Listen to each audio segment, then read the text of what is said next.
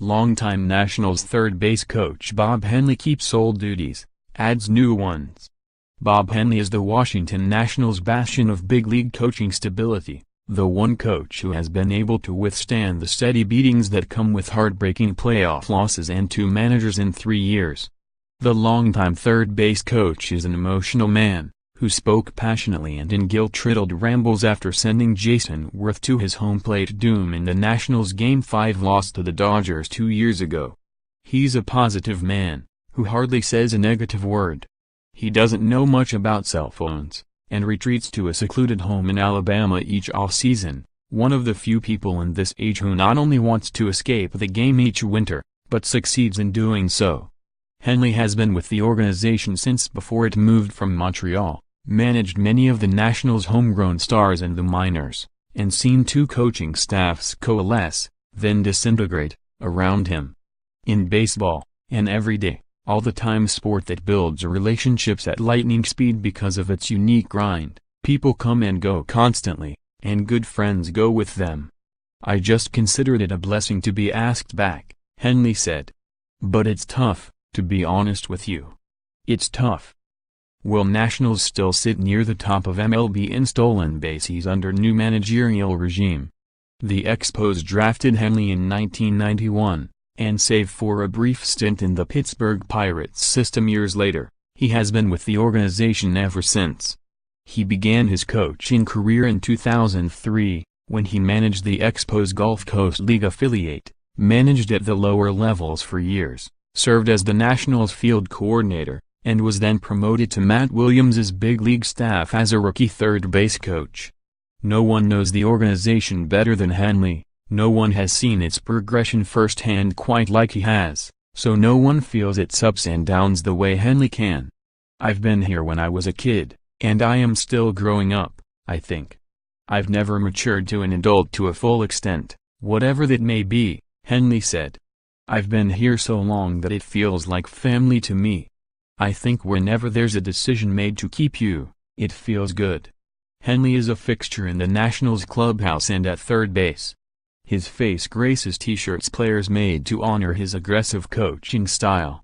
He is one of the first men out for batting practice each day, the one who helps the catchers through defensive drills whenever they need them, or hits fungos to whomever needs them. But this season, the former Major League catcher will take on new duties for manager Dave Martinez, those of the big league outfield overlord. Henley never played a big league game in the outfield. He had asked me, and I go, "Really? Okay. All right," said Henley, who said he called all his outfielders and was able to speak with most of them about the somewhat unexpected change. Archive: The Little Things Matter in October. Just ask Nationals third base coach Bob Henley. Henley was on the minor league staff when Bryce Harper arrived as a teenager. He managed Michael A. Taylor when he began his minor league career as a shortstop, then watched him transform into a Gold Glove outfielder. He's known Brian Goodwin since his first Nationals days. Henley said he spent a lot of time talking to Adam Eaton while he was injured last year, and thinks his fire and fearless outfield fury will translate well to left field. "You're talking about an outfield that I believe has a chance to be the best outfield in baseball," Henley said. "It's not like I'm going to go out there and teach them the basic 101. They know how to play. You have an opportunity to do outfield things when you're field coordinator in the minor leagues. You know all the drills and the philosophies and things. But with them, I've had a chance to talk to them and discuss, going through the spring, let's make sure we do things that are pertinent to you getting ready for the season and winning a championship." Henley did acknowledge that most of his role as outfield coach will be to provide players with information, with those vaunted analytics that might inform positioning or strategy from day to day. "In today's game, we're going to take a lot of information about moving outfielders left and right, no doubles, things like that. A lot of that's going to come from the manager," Henley said. "A lot of that will come from Max Scherzer, and Steven Strasburg, and Gio Gonzalez, and Tanner Roark, and those guys. Make sure we're covering that line. I'm going to give them the gap today. Things like that. There's times where you can have them in a certain spot, but they're veteran enough players that they can make those adjustments as they go. In other words, Henley's lack of outfield experience as a player likely won't have much to do with his duties at all.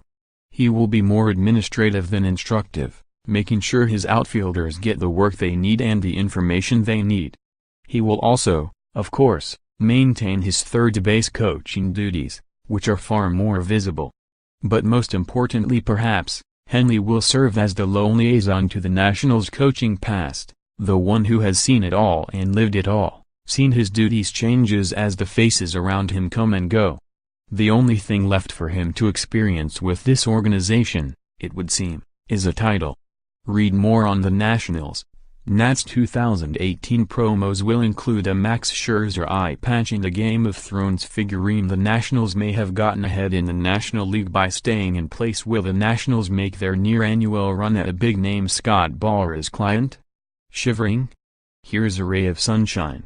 Nationals spring training report dates. Nationals new pitching coach Derek Lilikist. This is probably the best place to be. Why the Nationals' trajectory could pivot in 2000.